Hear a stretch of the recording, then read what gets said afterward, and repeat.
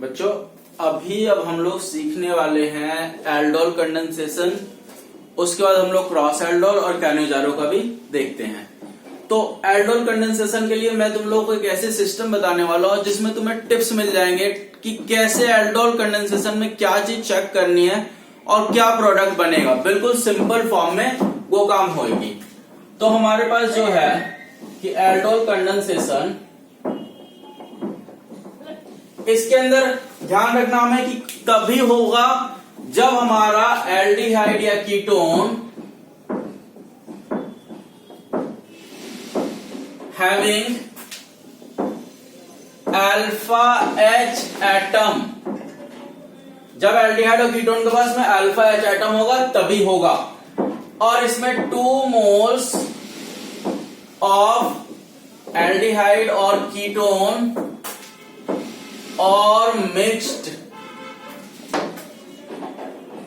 Will be used. ये mix वाली बात जो होती है बच्चे, ये क्रॉस एल्डोल के अंदर होती है। लेकिन एल्डोल और क्रॉस एल्डोल दोनों के अंदर सिस्टम सेम होता है, काम करने का वर्किंग प्रिंसिपल सेम होता है। तो हम लोग देखते हैं एल्डोल कंडेंसेशन में, मान लो हमारे पास बच्चे कोई भी एल्डिहाइड ले लो हमारे पास, और उस एल्डिहाइड के पास जो ये कार्बन है, इस कार्बन पर एक H होना चाहिए। That is the minimum must requirement. अब ये हमारा A और B, इसके 2 मोल यूज होते हैं, तो दूसरे मोल को हम लोग ध्यान से जरा है वैसे ही बढ़िया से लिख लेंगे। ये हमारा हो गया 2 मोल।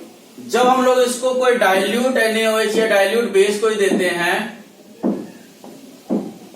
कोई भी OH माइनस जैसे, तो क्या होगा हमारा जो है बच्चा, ध्यान से देखना क्या है, करना क्या है। पहले मोल से इस H को हटा के लिख देना। पहले मोल से H को हटा करके लिखना है, यानी कि C double bond O H है और उसके बाद C है, उस पर 2 चीजें जो है A और B लिख दिया और H को हमने हटा के रख लिया।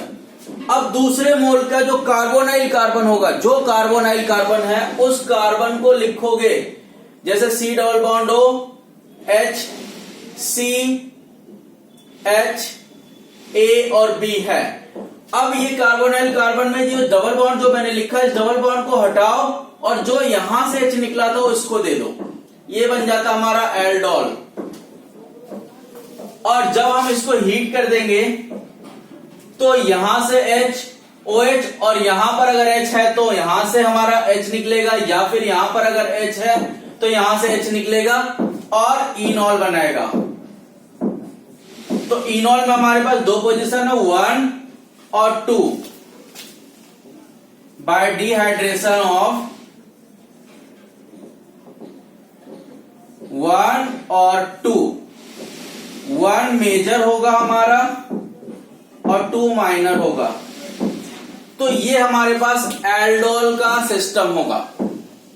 क्रॉस एल्डोल बिल्कुल इसी के फॉर्म पर काम होता है, तो हम लोग उसको चेक करते हैं, देखते हैं कि क्रॉस एल्डोल में कैसे काम हो रहा है। तो हमारा cross aldol condensation, cross aldol के लिए बच्चे इसमें भी हमारे को 2 मोल एल्डिहाइड और कीटोन और मिक्स यूज होगा। इसके अंदर जो एल्डिहाइड होगा और जो कीटोन होगा डिफरेंट होगा।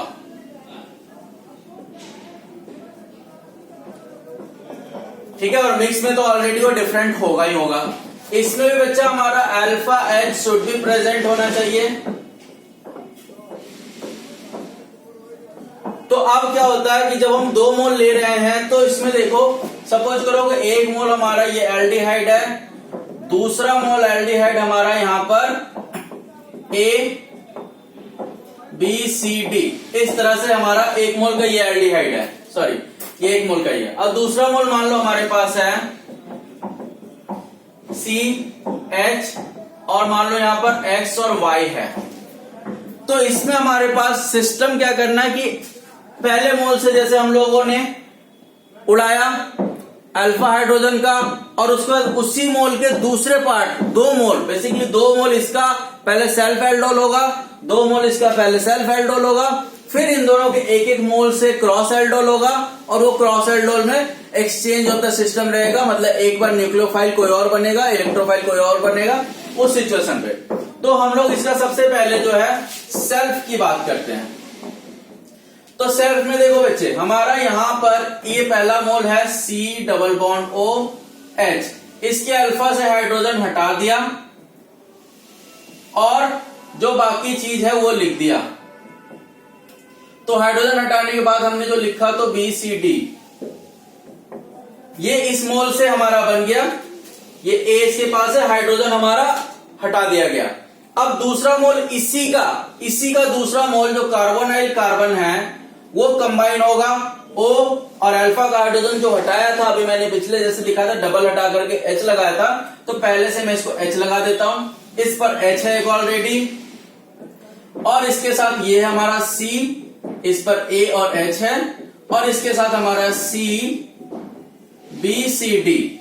ये हमारा सेल्फ एल्डोल इसका बना। ठीक है, अब इसका भी सेल्फ एल्डोल बनाते हैं। पहला प्रोडक्ट हो गया, दूसरा प्रोडक्ट इसका सेल्फ एल्डोल। इसके अंदर हमारा क्या है, पहले मोल से अल्फा पर से हमारा H हटाया गया और इस पर फिर X और Y आ गया। दूसरे मोल इसी का कार्बोनाइल कार्बन को पिक किया हमने, यहां से जो H आया था वो H हमने यहां पर नोट कराया।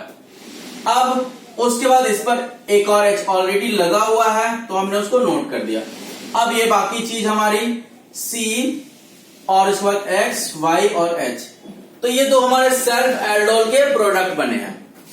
अब हम लोग देखेंगे क्रॉस एल्डोल के क्या प्रोडक्ट बन रहा है।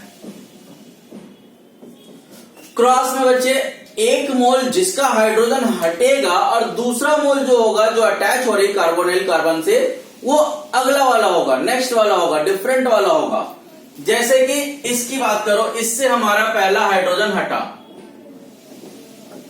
ये C है, इस C से हाइड्रोजन हट करके A हमारे पास आ गया, और दूसरा पार्ट ये हमारा C और BCD। अब जो है कार्बोनाइल कार्बन, इसका अटैच होने के लिए यहां प्रोसेस होगा O, और ये H यहां से जो हटा वो इसको मिलेगा, फिर इसके पास एक H ऑलरेडी है, और ये बचा कुचा C पर हमारा X, Y और H है। तो ये हमारा तीसरा ये बना क्रॉस का। अब क्या होगा, इस वाले से अल्फा से हाइड्रोजन हटाएंगे, तो बच्चे हमारे पास है C≡OH, अल्फा से हाइड्रोजन हटाओगे तो हमारे पास है X और Y, और इस पे आ जाओ तो कार्बोनाइल कार्बन हमारा दिस, और ये H जो हटा कार्बोनाइल कार्बन को मिलेगा, इस कार्बन पे एक H ऑलरेडी पड़ा हुआ है, और इसके साथ अटैच जो चीजें हैं वो हम लिखेंगे CAHCBCD।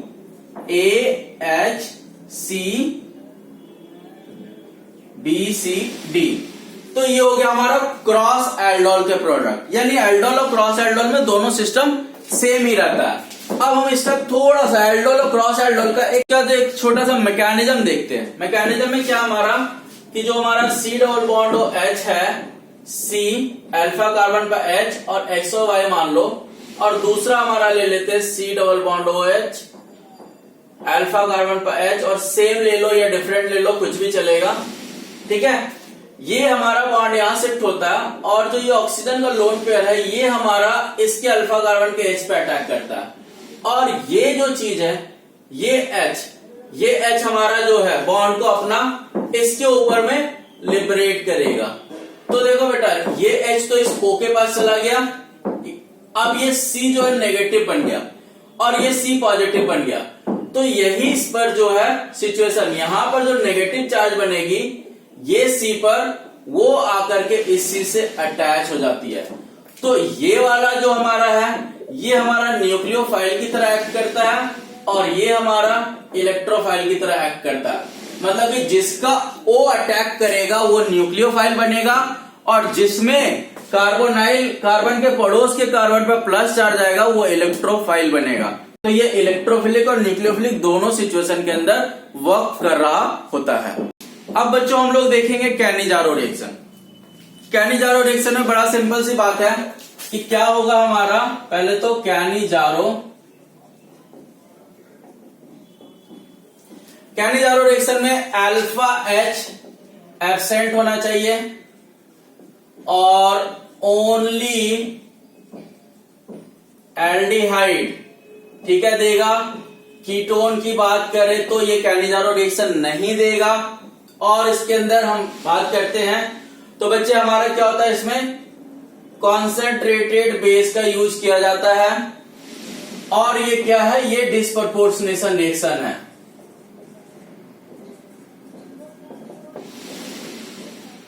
तो ये हमारा कैनिजारो रिएक्शन के बारे में एक शॉर्ट सिंपल सी बात होगी। अब कैनिजारो रिएक्शन में क्या होगा, कोई भी एल्डिहाइड ले लो बच्चे और इधर एक कार्बन कुछ भी है और इस कार्बन पर एक्स वाई जेड कुछ भी लगा हो सकता, बट अल्फा H नहीं होना चाहिए।